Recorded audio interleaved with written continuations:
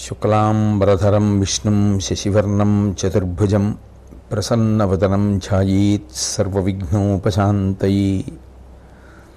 గురుర్బ్రహ్మా గురుర్విష్ణుః గురుర్దేవో మహేశ్వరః.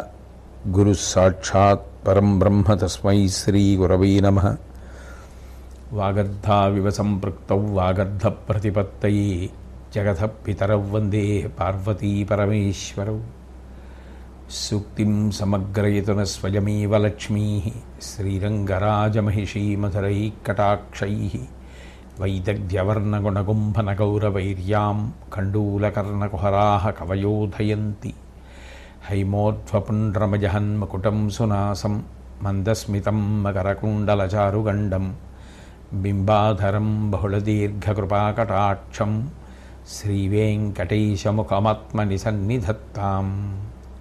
విమలపటి కమలకుటి పుస్తకరుద్రాక్షశస్తహస్తపుటి కామాక్షి పక్ష్మలాక్షి కలిత విపంచి విభాసి వైరించి. నారాయణం నమస్కృత్య నరం చైవ నరోత్తమం దేవీం సరస్వతీం వ్యాసం తతో జయముదీరయేత్. హరి ఓం. పరమేశ్వర స్వరూపమైన సభకి నమస్కారం. భీష్మాచార్యుల వారు ధర్మరాజుతో మాట్లాడుతూ అనేకమైనటువంటి ధర్మములు, అందరికీ అన్వయమయ్యేటటువంటి ధర్మములను ఎన్నిటినో చెప్పారు. తల్లిదండ్రుల పట్ల, గురువు పట్ల ఉండవలసినటువంటి భక్తిని గురించి మాట్లాడిన తరువాత సత్యమును గురించి మాట్లాడుతున్నారు. పరమేశ్వరుడు 84 లక్షల జీవరాశులలో వాక్కు ఎవ్వరికి ఇవ్వలేదు. మాట్లాడగలిగినటువంటి శక్తిని ఒక్క మనుష్యుడికి మాత్రమే అనుగ్రహించారు. ఆ అనుగ్రహము చాలా చాలా గొప్పది. ఎందుచేత అంటే కేవలము మాటల చేతనే మనిషి తరించిపోవచ్చు. నిరంతరము భగవన్నామం పలికేటటువంటి వాడు ఎవరుంటాడో వాడు సమస్త పాపములను భంజించుకుని పరమేశ్వరుణ్ణి చేరగలడు. అందుకన నామస్మరణ ధన్యోపాయం నహి పశ్యామో భవతరణే అంటారు. కలియుగంలో భగవంతుని యొక్క నామ సంకీర్తనం ఎంతో గొప్పది. కానీ భగవంతుడిచ్చినటువంటి వాక్కు మీద భగవంతుడే అనేక నియమములను పెట్టాడు. భీష్మాచార్యుల వారు అంపశయ్య మీద పడుకుని చెప్తున్నటువంటి వాక్ సంబంధమైనటువంటి నియమాలు. సత్యంబు పలుకుట సర్వధర్మములకు మిక్కిలి, అనృతంబు మీటి పాతకము, తద్విశేషంబు కలదు చెప్పెద, ఉరునర్ధంబు ప్రాణంబు నపహరింపచూచు పాతకులతో సునృతం బాడుట పాపంబు, బొంకులు పలికి అట్టివారి హింసించుట వరధర్మము. ఇది ఒక్కడేలా భూతములకు హితము సేయు బొంకులెల్లనూ ధర్మములు, భూతబాధకంబులకు నిక్కములు పాతకములు. వినుము భూతముల దుష్ట శిష్టత్వములు, వివేక సూక్ష్మతా విద్యములు వాని చూడవలయు. భీష్మాచార్యుల వారు సత్యమునే పలుకుట అన్న మాట గురించి అద్భుతమైనటువంటి కొన్ని విషయాలను ధర్మరాజు గారితో మాట్లాడుతున్నారు. సత్యంబు పలుకుట సర్వధర్మములకు మిక్కిలి. మాట్లాడేటప్పుడు అత్యంత ప్రాధాన్యత దేనికి అంటే సత్యమును పలకడానికే. మనిషికి వాక్కు ఇచ్చింది సత్యవ్రతమును పాటించుట కొరకు. మనిషి నిజం చెప్పడం మాత్రమే అలవాటు చేసుకోవాలి తప్ప అంతకన్నా ఇక ఏదీ ప్రాధాన్యతాక్రమంలోకి రాదు. మాట్లాడేటప్పుడు సత్యాన్ని మాట్లాడడమే అత్యంత ప్రధానం. సత్యం మాట్లాడడానికి పెద్ద నేపథ్యం లేకపోతే ఇవాళ సత్యం మాట్లాడడానికి నేను ఏం చెయ్యాలి అని ప్రయత్నం ఉండవు. అది ఆ రుజువర్తనం అనేటటువంటిది అలవాటైతే ఏది మాట్లాడుతున్నా సత్యం మాట్లాడడం అనేటటువంటిది అలవాటుగా వచ్చేస్తుంది. సత్య భాషణ నియమము నెరపినాడు అంటారు అజామిళోపాఖ్యానంలో పోతన గారు. అది ఒక నియమంగా పెట్టుకున్నటువంటి పెద్దలు నోరు విప్పి మాట్లాడితే సత్యమును తప్ప అసత్యమును మాట్లాడరు. అయితే భీష్మాచార్యుల వారు ఇక్కడ చాలా చాలా గొప్ప విషయాన్ని ఆవిష్కరిస్తున్నారు. మనం ఎప్పుడైనా ఏదైనా మాట్లాడితే శాస్త్రం ఏం మాట్లాడిందో, పెద్దలు ఏం మాట్లాడారో దాన్ని అనుసరించి మాట్లాడాలి తప్ప దానికి భిన్నంగా మన చిత్తం వచ్చినట్టుగా మాట్లాడి ఇతరులకు వేరు రకంగా విషయాలు అర్థమయ్యేట్టు మాట్లాడే అధికారం మనకు ఉండదు. భీష్ముడు వంటి మహాపురుషులు ఏది చెప్పారో శ్రీకృష్ణ పరమాత్మ వంటి వారు భీష్ముడి వాక్కు వేదతుల్యము అన్నప్పుడు భీష్ముడు ఏం చెప్పాడో అదే చాలా ప్రధానమైనది అని లోకానికి చెప్పవలసి ఉంటుంది. సత్యంబు పలుకుట సర్వధర్మములకు మిక్కిలి. అన్ని ధర్మముల కన్నా మనుష్యుడికి ప్రధానమైనటువంటి ధర్మం ఏది అంటే సత్యభాషణమే, సత్యమును మాట్లాడుట. అనృతంబు మీటి పాతకము. అబద్ధమాడడం అనేటటువంటిది చాలా చాలా గొప్ప పాపం. తద్విశేషంబు కలదు చెప్పెదా. అయితే సత్యమును మాట్లాడు అని అన్నప్పుడు అసలు ఏది సత్యము, సత్యమును పలుకుట అన్న మాట వెనక ఉన్నటువంటి అర్థం ఏమిటి అన్నదాన్ని జాగ్రత్తగా అర్థం చేసుకుని సత్యం చెప్పాలి. ఒరునర్థంబు ప్రాణంబు అపహరింపచూచు పాతకులతో సునృతంబాడుట పాపంబు. ఇతరుల యొక్క ప్రాణములు తీసేద్దాం, ఇతరుల యొక్క ద్రవ్యాన్నంతటినీ కూడా అపహరిద్దాం అనేటటువంటి పాపపు ఉద్దేశ్యంతో ఉన్న వాళ్ళతో సత్యం మాట్లాడితే అబద్ధం అవుతుంది. ఎందుకని అంటే గతంలోనే భీష్ముడు ఒక కథ చెప్పి ఉన్నాడు. ఒక ఆశ్రమానికి దొంగలు తరుముతుంటే వచ్చినటువంటి అమాయకులైనటువంటి కొంతమంది ప్రజలు తలదాచుకుంటే అక్కడ ఉన్న వ్యక్తి ఆ దొంగలు వచ్చి ఇక్కడ ఎవరైనా దాక్కున్నారా అని అడిగితే సత్యం పలుకుతున్నాను కదా అని ఇదిగో అక్కడ ఆయన దాక్కున్నాడు, ఇక్కడ ఈయన దాక్కున్నాడని చెప్పాడు. దొంగలు వెళ్ళి వాళ్ళందరినీ చంపేశారు. ఇప్పుడు ఈయనకి కూడా పాపంలో భాగం వచ్చింది. సత్యం పలకడం కాదు, ఎప్పుడు సత్యం అవుతుంది అంటే ఒక్కొక్కసారి అబద్ధమాడినా కూడా సత్యం అవుతుంది. అది తెలుసుకుని ఉండాలి సుమా అంటున్నాడు ధర్మరాజు. సత్యం చెప్పమన్నారు కదా అని ఇతరుల యొక్క ప్రాణమునకు ప్రమాదం ఏర్పడేటటువంటివి, ఇతరుల యొక్క ద్రవ్యమంతా నశించిపోయేటటువంటి స్థితి కలిగేటటువంటి సత్యములు చెప్పవలసిన అవసరము లేదు. ఆ సమయంలో అవతల వారి యొక్క ప్రాణమును కాపాడడానికి అనృతమును పలికినా అది సత్యమే అవుతుంది. కాబట్టి అనృతంబు మీటి పాతకము తద్విశేషంబు కలదు చెప్పెదా. ఒరునర్థంబు ప్రాణంబు నపహరింపచూచు పాతకులతో సునృతంబాడుట పాపంబు. ఆ కోణంలో చూసినప్పుడు ద్రోణాచార్యుల వారితో ధర్మరాజు వారు చెప్పినటువంటిది నిజం చెప్పడమే అవుతుంది. ఎందుకని అంటే అసలు అస్త్రశస్త్రములను పట్టుకుని బ్రాహ్మణుడు యుద్ధానికి వెళ్ళడమే తప్పు అని భీష్ముడే చెప్పాడు. అటువంటి వాడిని చంపేయచ్చు అని. పైగా అంత విజృంభించి అంతమందిని మట్టు పెట్టేస్తుంటే కృష్ణ పరమాత్మ అంతటి వాడు చెప్పాడు, ఇవాళ మధ్యాహ్నానికి పాండవ సైన్యం ఖాళీ, ఈయన ఇలా విజృంభిస్తే. కాబట్టి మమ్మల్ని అందరినీ తీసుకెళ్ళి ఆయనకి ఆహారంగా సమర్పించేసే కన్నా ఒక అబద్ధం ఆడి ఆయన్ని పడగొట్టేయడం తప్పు లేదు అన్నాడు. పరమాత్మ ఆ మాట చెప్పాడు అంటే వాళ్ళ భీష్ముడు దాన్ని స్థిరీకరిస్తున్నాడు. అవతల వారి యొక్క ప్రాణములను అవతల వారి యొక్క ద్రవ్యమును అపహరించాలని ప్రయత్నించేటటువంటి వారికి అబద్ధం చెప్పినా యువతల వారికి ప్రాణరక్షణ ఆస్తి రక్షణ కలుగుతోంది కాబట్టి అది సత్యము కిందకు వస్తుంది. అట్లాగే పాతకులతో సునృతంబాడుట పాపంబు.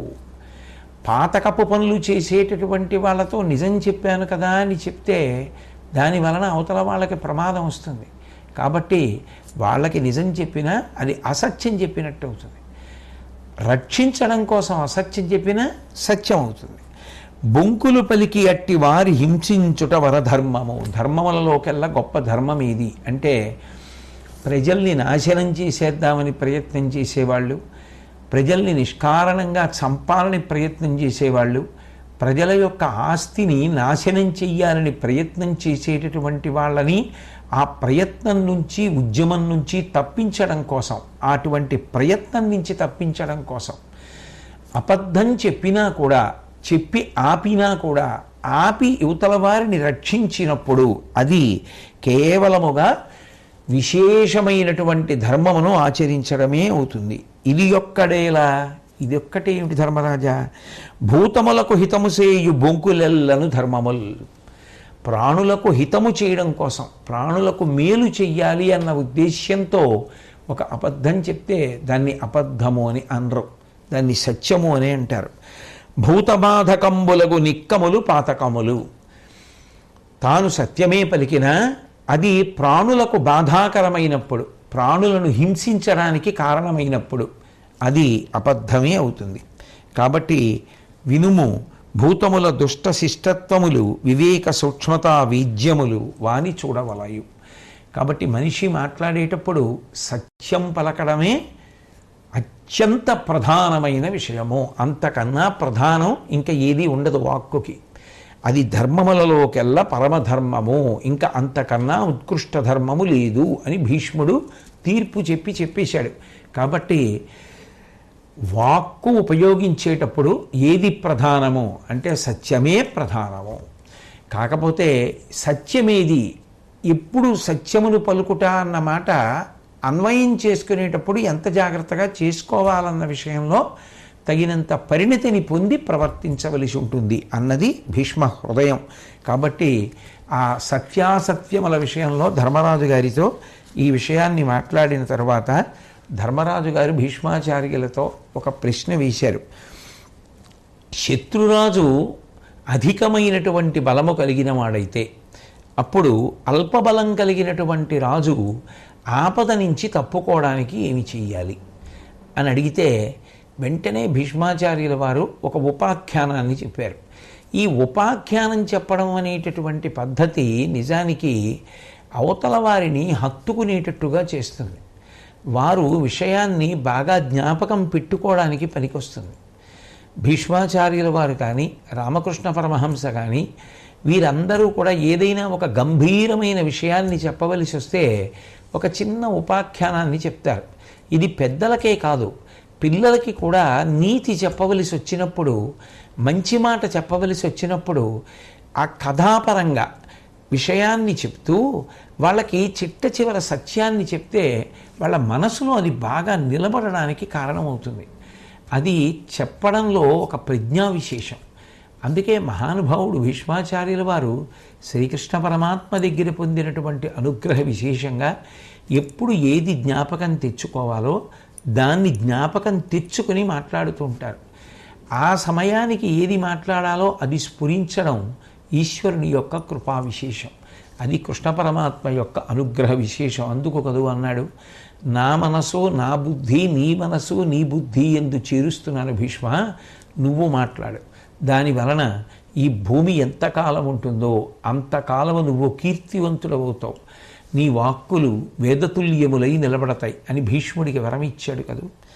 కాబట్టి అధిక బలం కలిగినటువంటి శత్రువు వచ్చినప్పుడు అల్పబలం కలిగినటువంటి రాజు ఎట్లా ఆపద నుంచి గట్టెక్కవలసి ఉంటుంది అన్న ప్రశ్నకి భీష్మాచార్యుల వారు జవాబు చెప్తూ, ఇదే చర్చ ఒకానొకప్పుడు సముద్రానికి నదులకు మధ్యలో జరిగింది.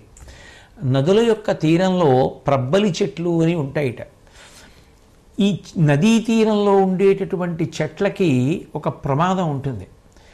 బాగా ఉరవడితో నది ప్రవహించడం ప్రారంభం చేస్తే వర్షాకాలంలో వర్షాలు బాగా పడి నదీ ప్రవాహం యొక్క మట్టం పైకొచ్చి వరదతో నది ప్రవహిస్తున్నప్పుడు ఆ ఒడ్డుని కోసేస్తే నది ఒడ్డున ఉన్నటువంటి చెట్లన్నీ కూడా కూకటి వేళ్లతో పెళ్ళగింపబడి నదిలో పడిపోతుంటాయి.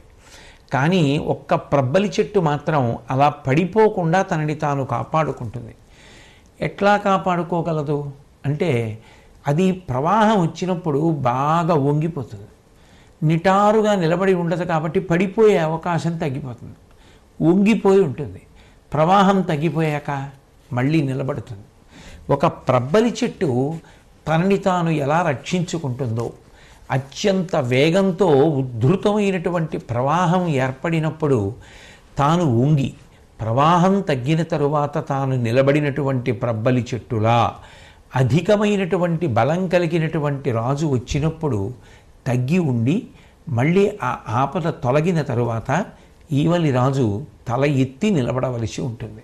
కాబట్టి ఎప్పుడు ఎట్లా ప్రవర్తించాలి అన్నది తెలియనటువంటి వాడు లోకంలో ఎప్పుడూ విజయాన్ని సాధించలేడు. మీరు ఎప్పుడైనా సమాజంలోనే గమనించండి, ఏ రంగంలో ఎవ్వరూ కూడా సర్వోత్కృష్టమైనటువంటి స్థితిని పొందిన వారు కాదు. అంటే నా ఉద్దేశ్యం ఎవరూ పొందలేదు అన్నది కాదు. నా ఉద్దేశ్యం పొందవలసిన భావన గురించి మాత్రమే నేను మాట్లాడుతున్నాను. ఒక వ్యక్తి ఒక రంగంలో ఉండి చాలా గొప్పగా పేరు ప్రఖ్యాతులు పొంది ఉండవచ్చు. ఒక ఆయన పాట పాడతారనుకోండి, ఆయన పేరు చెప్తే ఎవరైనా అబ్బా ఎంత బాగా పాడతారండి అని ఆయన పాట వింటే కష్టాన్ని కూడా మర్చిపోయేటంతగా పాడగలిగిన శక్తి పొందినవారైనప్పటికీ ఆయన మాత్రం ఎప్పుడు ఫలానా వారికన్నా నేను ఎంతటి వాడిని, ఆయనకి సంగీతంలో ఎన్ని మెళకువలొచ్చు, ఎన్ని సాధన చేశారు, ఎన్ని రాగాలు తెలుసు, ఎంత శాస్త్రం తెలుసున్నవారు అని అవతల వారి పట్ల వినయంతో ఉంటారు. ఘంటసాల వెంకటేశ్వరరావు గారు శరీరం వదిలిపెట్టేసి ఇంతకాలం అయిపోయిన ఆయన పాటల గురించి ఇప్పటికీ స్మరిస్తారు. ఘంటసాల గారి జీవిత చరిత్ర చదివితే వారు చలనచిత్రాలలో కొన్ని హరికథలు అవి పాడవలసి వస్తే అవి ఎట్లా పాడతారు అన్నది తెలుసుకోవడానికి లబ్ధప్రతిష్ఠులైనటువంటి హరికథకుల యొక్క ఇంటికి వెళ్ళి వారి నుండి తెలుసుకుని వచ్చి పాడుతుండేవారట. అది వినయం. నిజానికి ఇది ఇలా పాడేయచ్చు అని ఘంటసాల గారు పాడచ్చు, కానీ అందులో లబ్ధప్రతిష్ఠులైన వారి దగ్గరికి వెళ్ళి ఇది మీకు సంబంధించిన విషయం, మీరు చెప్పిన తర్వాత మీ దగ్గర తెలుసుకున్న తర్వాత నేను పాడితే అది సౌందర్యవంతం అవుతుంది అని వారి దగ్గర తాను తెలుసుకోవడము అంటే అది ఎంత వినయంతో కూడుకున్నటువంటి విధానం. మనిషి జీవితంలో ఎప్పుడైనా తనకన్నా అధికులు కనపడితే పరమ ప్రశాంత చిత్తంతో తల వంచి నిలబడగలగడం అనేటటువంటిది మనిషి యొక్క శీల వైభవాన్ని మరింత అందగింపచేస్తుంది తప్ప అలా ఒదగడం, అలా తల వంచడం, ఆ వినయంతో ఉండడం ఎప్పుడూ కూడా దోషము కాదు. ఇందులో ఎప్పుడూ మనమే గొప్పవాళ్ళం కాదు, ఎందరో మహాత్ములు ఉంటారు. వారికి నమస్కరించి వారి యొక్క గౌరవాన్ని దృష్టిలో పెట్టుకుని మనం ఎంతటి వారం అన్న భావాన్ని పొంది ఉండాలి తప్ప మా అంతటి వాళ్ళం మేము, మాకన్నా ఎవరున్నారు అన్న అతిశయం ఎప్పుడూ మంచిది కాదు. భీష్ముడు ఆనాడు చెప్పినటువంటిది నిజానికి రాజులకే కాదు అన్వయం, అందరికీ అన్వయం. ఒక ప్రబ్బలి చెట్టు నీటి యొక్క ప్రవాహ వేగాన్ని బట్టి తల ఉంచినట్టే తల వంచడం నేర్చుకున్నటువంటి మనిషి జీవితంలో ఎంతో వృద్ధిలోకి వస్తాడు. కాబట్టి అది రావాలి, అది నేర్చుకోవాలి అని చెప్తున్నాడు భీష్ముడు. అట్లాగే అనయము బేర్చు కామమున అర్థము ధర్మము గ్రాగు, కామతంత్ర నిరతుడైన వాడు శుభద ప్రతిపన్నుడు కాడు, దుష్ట దండన మొనరింపడట్టి పతి, డాయరు సాధులు ఆర్యులున్ సుహృజ్జనులను తాన చెటునగు చావును వాటిలు ఎల్లభంగులన్. ధర్మార్థ కామమోక్షములనబడేటటువంటి పురుషార్థ సమన్వయం గురించి మాట్లాడుతున్నాడు భీష్ముడు. అత్యంత గంభీరమైనటువంటి విషయం రాజులకు అన్వయం చేసి మాట్లాడిన నిజానికి ఇది అందరికీ అత్యంత ప్రయోజనకరమైనటువంటి విషయం. అందరూ జీవితంలో జాగ్రత్తగా జ్ఞాపకం పెట్టుకుని అనుష్ఠాన పర్యంతంలోకి తెచ్చుకోవలసినటువంటి విషయాన్ని భీష్మాచార్యుల వారు ప్రస్తావన చేస్తున్నారు. అనయము పేర్చు కామమున అర్థము ధర్మము గ్రాగు. మనిషి ఎప్పుడూ కామమునకే పరతంత్రుడైపోతే, ఎప్పుడూ కామమునకే వశపడిపోయి ఉంటే దాని చేత ధర్మము అర్థము పోతాయి. కామము అంటే అన్ని వేళలా స్త్రీ పురుష సంబంధం గురించే ప్రస్తావన చేయవలసిన అవసరం ఉండదు. కామము అంటే కోరిక, ఏదో భోగవస్తు సంచయమును పొందాలనేటటువంటి కోరిక. ఇంకా ఇటువంటి కుర్చీ ఉంటే బాగుండు, ఇంకా ఇటువంటి పడక ఉంటే బాగుండు, ఇంకా 2 గదులు కట్టుకుంటే బాగుండు, ఇంకా మంచి సంపాదన మనం సాధించగలిగితే బాగుండు. కీర్తి మంచిది, కీర్తి గురించి ఎప్పుడూ ఉండవలసిందే, అది ఉత్తమమైనటువంటి లక్షణం. యశమునందనురక్తియు ప్రకృతి సిద్ధగుణంబులు సజ్జనాళికిందంటాడు భర్తృహరి. కానీ ఈ అర్థ సంబంధమైనటువంటి విషయంలో, ఈ కామ సంబంధమైన విషయంలో ప్రత్యేకించి భీష్మాచార్యుల వారు మొదట ప్రస్తావన చేస్తున్నది కామ సంబంధం.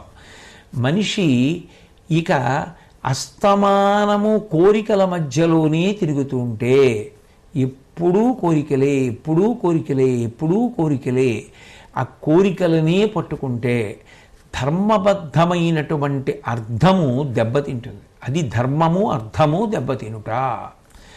అయితే ఇక్కడ ఒక వ్యత్యాసాన్ని జాగ్రత్తగా గమనించవలసి ఉంటుంది. అవసరం వేరు, కోరిక వేరు. ఒక అవసరం కోరిక ఎప్పుడూ కాదు. ఒక బ్రహ్మచారి శాస్త్రాధ్యయనం చేసిన తర్వాత సమావర్తనం అయిపోయిన తర్వాత తాను యోగ్యమైన కన్యని వివాహం చేసుకోవాలి అని కోరుకుంటే అది తప్పు కాదు, అది అవసరం. వివాహం అయిన తర్వాత ఒకరి దగ్గర చెయ్యి చాపకుండా నేను బ్రతకాలి అనుకుంటే అది అవసరం.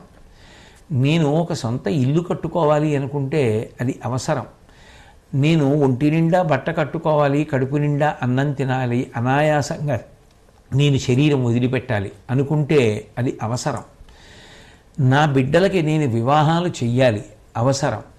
నేను పూర్ణాయుర్దాయాన్ని పొందాలి, ఆ ఆయువు ధర్మాచరణ మనకు పనికి రావాలి, అది అవసరం. అవసరాలు వేరు, కోరికలు వేరు. నేను అమెరికా అధ్యక్షుణ్ణి కావాలి అనుకుంటే కోరిక. మీకు ఇప్పుడు అది లేకపోయినా ఇబ్బంది దేని వలన కలగదో దానిని కోరిక అంటారు. ఏది అవసరమో దానికి భగవంతుణ్ణి ఆశ్రయించవచ్చు అని భగవంతుడే చెప్పాడు.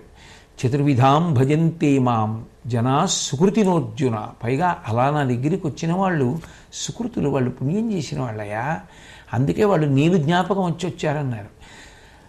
ఆర్తో జిజ్ఞాసురర్ధార్థి జ్ఞానీచ భరతర్షభ అన్నారు. కాబట్టి అవసరములు కోరికలు కావు, కానీ అవసరము అన్న పరిధిని దాటిపోయినవి ఏముంటాయో అవి కోరికలు. అవి కూడా కొంతవరకు లేకుండా మనిషి ఉండలేడు, కొంతవరకు ఉంటాయి. కానీ ఇక కోరికలే జీవితంలో అత్యంత ప్రధానమైపోతే, ఇక నిరంతరము కోరికలే అయితే ధర్మరాజా, దాని వలన ఏమైపోతుందంటే అర్థము ధర్మము క్రాగు, ధర్మము అర్థము పోతాయి. ఎందువల్ల అంటే కోరిక బలీయమైపోతూ ఉంటుంది, అది సాధించుకోవాలి.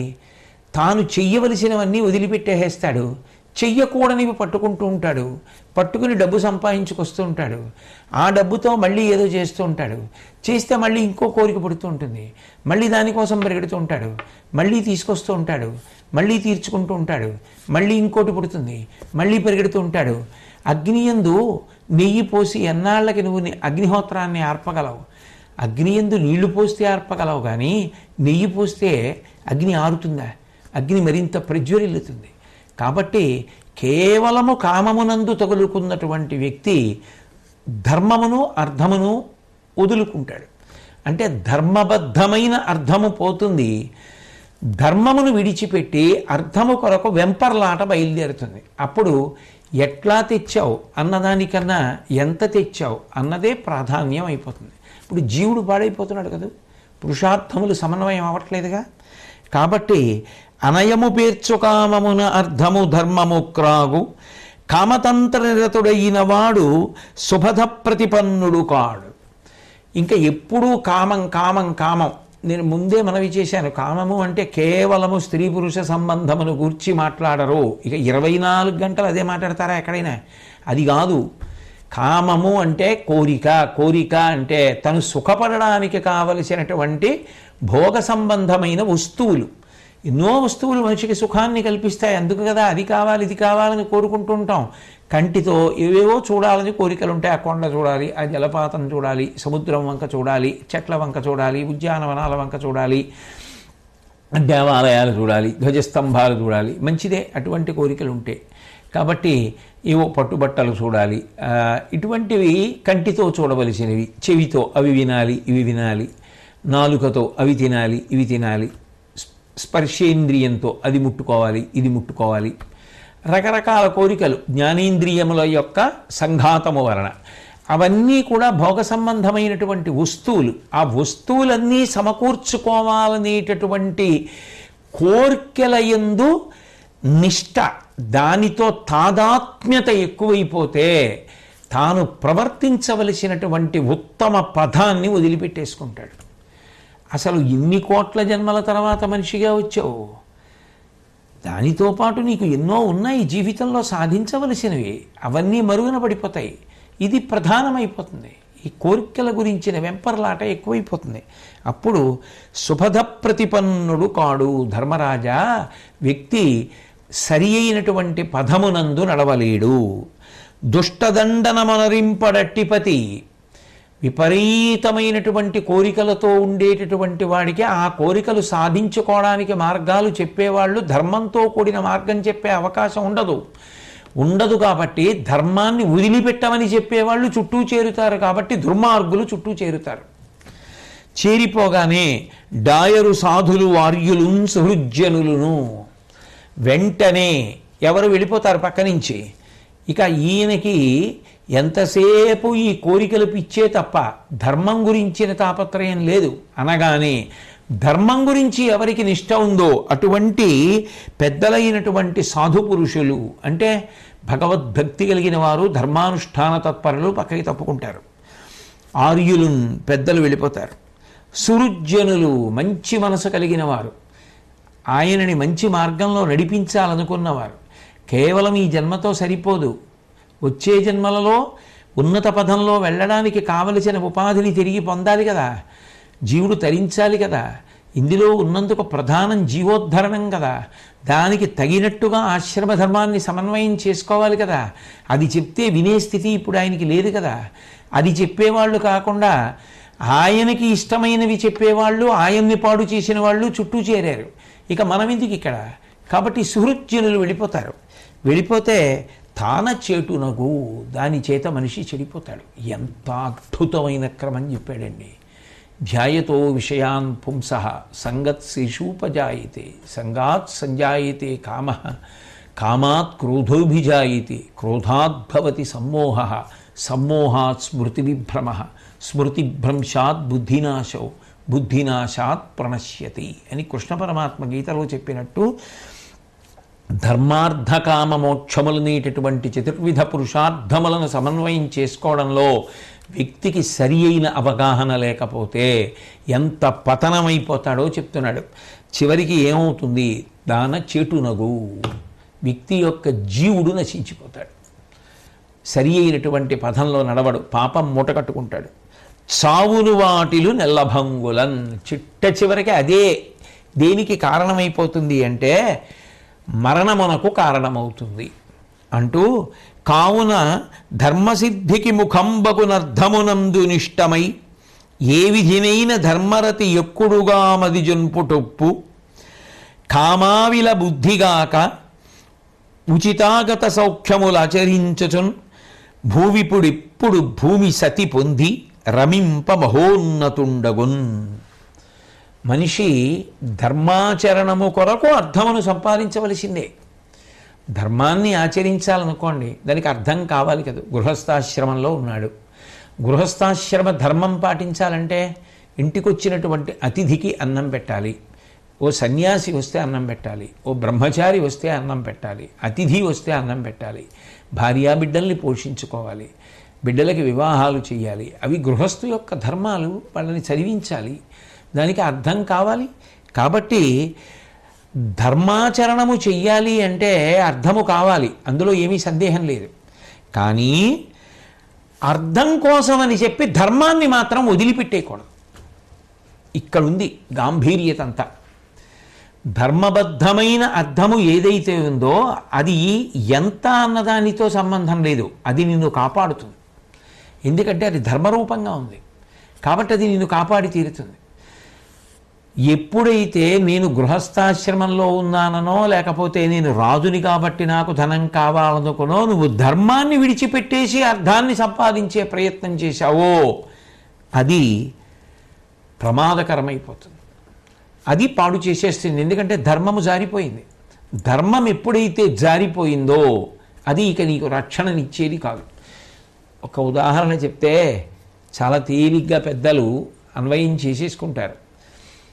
ఒక త్రాచుపాము యొక్క విషాన్ని తీసుకొచ్చి వ్యక్తి ఒక్క చుక్క నాలుక మీద వేసుకున్నాడు అనుకోండి, మరణిస్తాడు.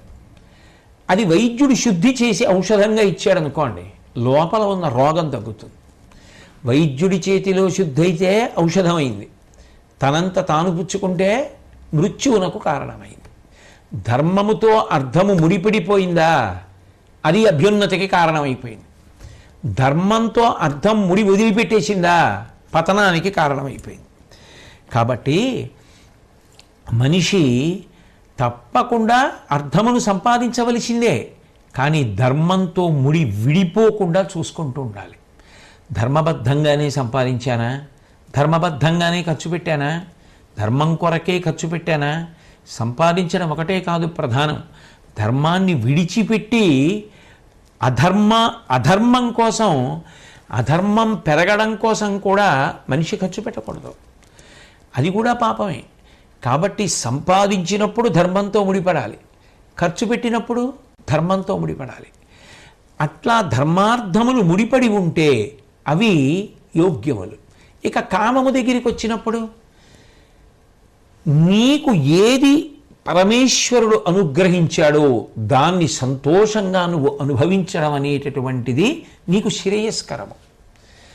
అంతేకాని నీకు లేని దానికోసం వెంపర్లాడడం, నువ్వు పొందగలవో పొందలేవో తెలుసుకోకుండా ధర్మాన్ని వదిలిపెట్టేసిన కామం కోసం వెంపర్లాడడం ప్రమాదహేతువు. అంటే అర్థము ధర్మముతోనే ముడిపడాలి, కామము ధర్మముతోనే ముడిపడాలి. కాబట్టి కామావిల బుద్ధిగాక ఉచితాగత సౌఖ్యములాచరించుచున్, తనకు లభించినటువంటి సౌఖ్యములు ఏమున్నాయో అవి అనుభవించవచ్చు. అప్పుడు సామాన్యులకు కూడా ధర్మం అంతే. పూర్తి చేసినప్పుడు రాజుపరంగా పూర్తి చేస్తున్నాడు భీష్మాచార్యుల వారు. భూవిపుడిప్పుడు భూమి సతి పొంది రమింప మహోన్నతుండగున్. అట్లా భూమి పరిపాలన చేసేటటువంటి రాజు ఇట్లా చతుర్విధ పురుషార్థములను సమన్వయం చేసుకున్నవాడు ఎవరుంటాడో ఆయన అభ్యున్నతిని పొందుతాడు. కాబట్టి ధర్మరాజా, మనిషి జీవితంలో అత్యంత ప్రధానమైనటువంటిది ఆ విధంగా పురుషార్థములను సమన్వయం చేసుకోవడం. ధనం అనేటటువంటిది చాలా అవసరము సుమా. ధనమును తృణీకరించడం కూడా మంచిది కాదు. ధర్మబద్ధమైనటువంటి ధనమును సంపాదించడానికి మనిషి ఎప్పుడూ ప్రయత్నం చేస్తూ ఉండాలి. ఎందుకనంటే ధనము వలన సకల సౌఖ్యములు చేకూరుతాయి. కాబట్టి అంత మాత్రం చేత ధర్మాన్ని విడిచిపెట్టి ధనాన్ని సంపాదించే ప్రయత్నము చేయకూడదు. అసలు ధనాన్ని సంపాదించకుండా కూర్చుంటానని అనకూడదు. దానివలన ధర్మ పరిత్యాగం అవుతుంది. దానివలన మళ్ళీ ధర్మానుష్ఠానం పోయిందిగా. ఒక గృహస్థు తాను సంపాదించవలసినది సంపాదించకుండా ఏమీ చెయ్యకుండా కూర్చుంటానంటే భార్యాబిడ్డల గతి ఏమవుతుంది? వాళ్ళు ఇబ్బంది పడిపోరు? తాను నిర్వర్తించవలసిన ధర్మం ఓ అతిథికి పెట్టవలసి వస్తే, ఓ నైమిత్తికం చేయవలసి వస్తే, ఓ యాగం చేయవలసి వస్తే, కాబట్టి అర్థసముపార్జనం చెయ్యాలి. ధనమునకు ఎంతో ప్రాధాన్యత ఉంది. కానీ ధర్మమును విడిచిపెట్టి సంపాదించవద్దు అంటూ తన భూమి పరుల భూమిని ధనములు ఉపార్జింపవలయు ధరణీశునకున్, ధనములు మూలము రాజ్యంబునకును మూలమగును ధర్మమునకు నరేంద్ర. ఎంత గొప్ప విషయాన్ని ప్రతిపాదిస్తున్నాడో మహానుభావుడు. అందుకు కదా పశయ్య మీద పడుకుని ఉన్నటువంటి వారి చేత చెప్పిస్తున్నారు కృష్ణ పరమాత్మ. రాజు ధనాన్ని తన భూమి యందు, తన రాజ్యమునందు సంపాదించాలి. రాజు ధనాన్ని ఇతరుల యొక్క రాజ్యముల యందు కూడా సంపాదించాలి. అంటే వర్తక వాణిజ్యముల ద్వారా ఖండాంతర వ్యాప్తి చేసి సంపాదించడంలో దోషం లేదు, సంపాదించవచ్చు. ధనములు ఉపార్జింపవలయు ధరణీశునకున్, రాజుకి అది అవసరం ఉంటుంది. రాజు అలా డబ్బు సంపాదించాలి. ధనములు మూలము రాజ్యంబునకును, రాజ్యం వృద్ధిలోకి రావడానికి, ప్రజలు వృద్ధిలోకి రావడానికి, బలంగా రాజ్యం నిలబడడానికి ధనం అనేటటువంటిది చాలా అవసరం. అంతేకాదు మూలమగు ధర్మమునకు నరేంద్ర, అదే మళ్ళీ ధర్మాచరణకి కూడా మూలమవుతోంది. అయినప్పుడు ఒక పెద్ద దేవాలయం నిర్మించాలంటే అవసరం, ఒక పెద్ద సభామంటపం నిర్మించాలంటే అవసరం, ప్రజలందరికీ కావలసినటువంటి ఒక ఉపకార సంబంధమైనటువంటి నిర్ణయాన్ని చెయ్యాలి అంటే ధనం అవసరం. ధర్మానికి ధనం అవసరం. ధర్మంతో ముడి విడిపోకుండా ధనాన్ని రాజు తన రాజ్యమునందు పరరాజ్యమునందు కూడా సంపాదించడానికి ప్రయత్నములు చేస్తూ ఉండవలసినదే. కారణము ధనమునకు ఆ విలువ ఉన్నది కనుక. విను బండారము పెరుగని జనపతికి బలంబు మిత్ర సంపదయును కల్గునే, బలమిత్ర విహీనున కొనరుని రాజ్యంబు విభవమున్నతమగునే. ధర్మరాజా, బండారము పెరుగని జనపతికి. ధనాగారం నిండలేదనుకోండి, ధనం లేదు రాజు దగ్గర. రాజు దగ్గర ధనం లేకపోతే బలం ఎక్కడి నుంచి ఉంటుంది? బలము అంటే ఆయన శరీర బలం కాదు, ఆయనకు ఉండవలసిన సైన్యాన్ని ఎలా నిర్వహిస్తాడు?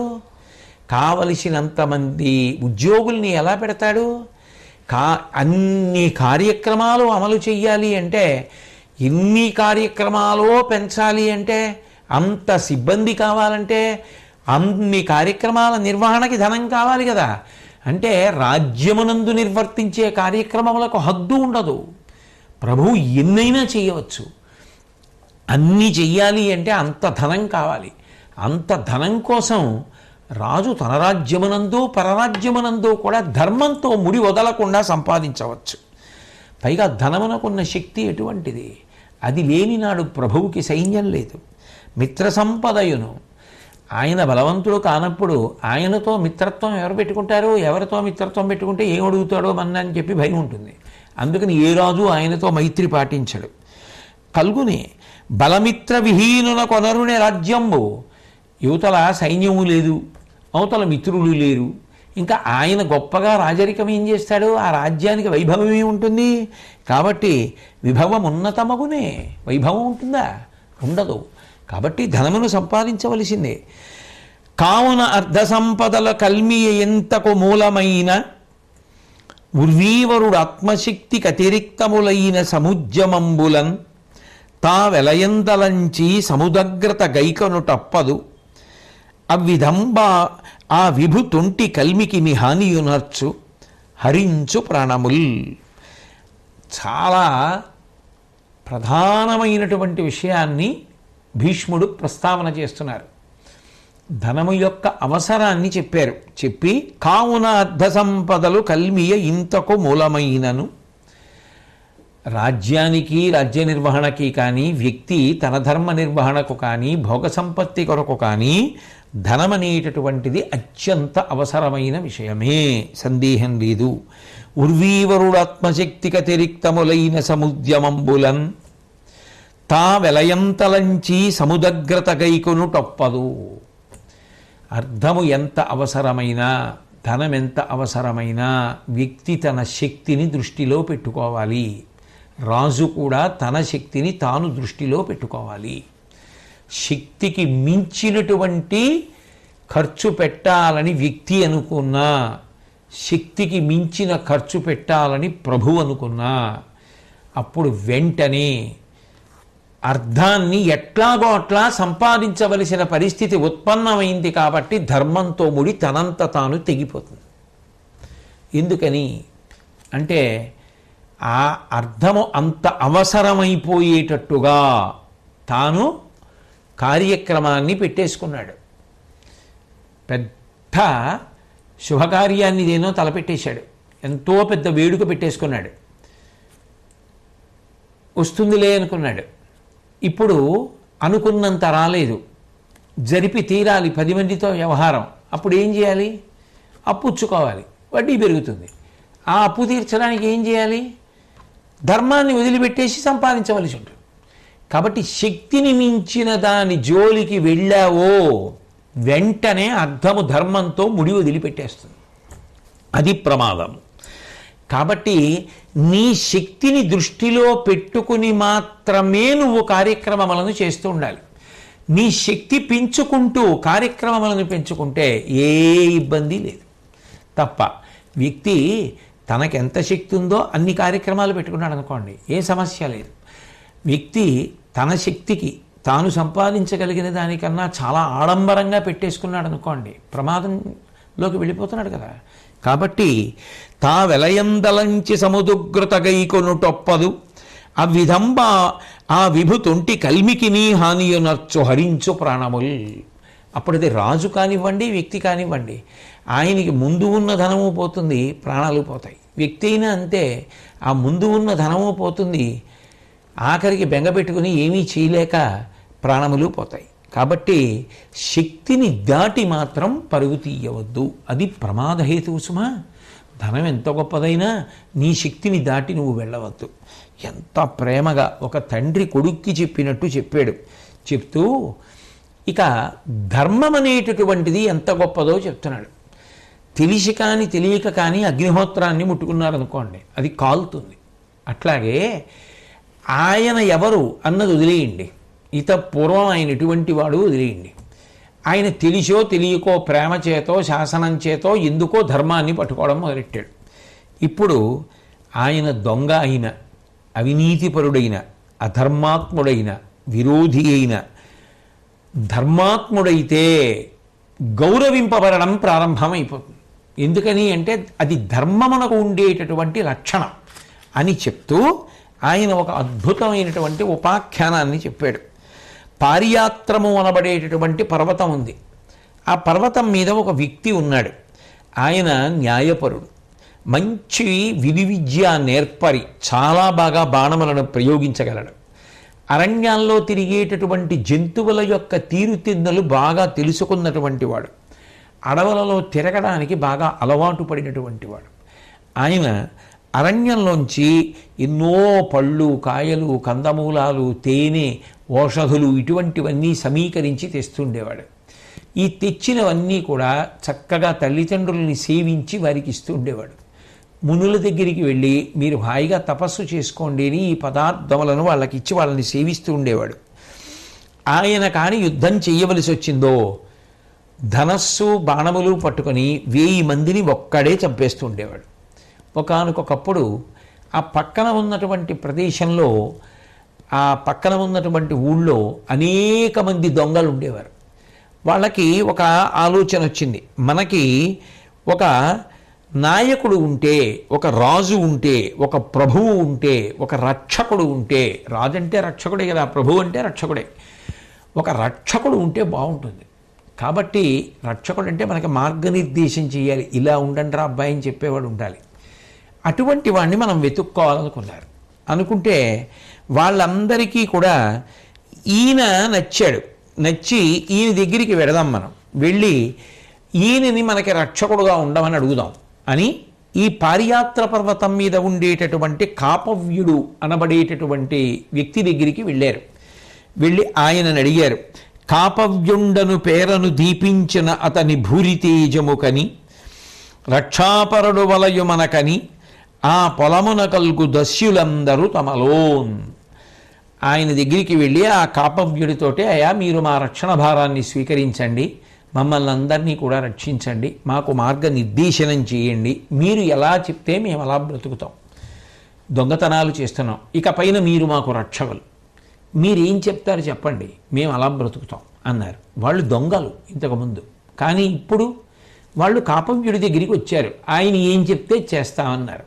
కాపవ్యుడు అన్నాడు, శిశుజన మునిజన స్త్రీజనంబుల చంపగాదు, ఎట్టివాడైన కడగి మీద గవియక పొడచుట కల్మషంబు, అంగన చెరపట్ట తగదు విశేషమొకడు విను, ఎల్ల సత్వంబులను బెంటి చంపుట పాపంబు, గోవుల బ్రాహ్మణులను సంకట పెట్టంగ జనదు, తదీయ హితము కోరి పూని యుద్ధంబు సైత అధిక పుణ్యంబు, సస్యక్రియా విఘాతమాచరించుటకడు దోషము, అవని ప్రజకు బాధ కావించి కుడిచి శవంబు తొలుచు ప్రువ్వు గతి, అది ఒలియంగ బొలియునతడు. ఆయన వచ్చినటువంటి దొంగలందరినీ ఉద్దేశించి, మీరు దొంగలు, మీకు నేను నాయకత్వం ఏమిటి, మీకు నేను రక్షకుడు ఏమిటి, అలా ఏమనలేదు. తప్పకుండా నేను మీకు రక్షణ చేస్తాను, కానీ నేను చెప్పిన మార్గంలో మీరు ప్రవర్తించాలి, ఈ నియమాలు పాటించాలి, తప్పకుండా చెప్పండి ఏం చేయమంటారు, మేము అలాగే బ్రతుకుతాం.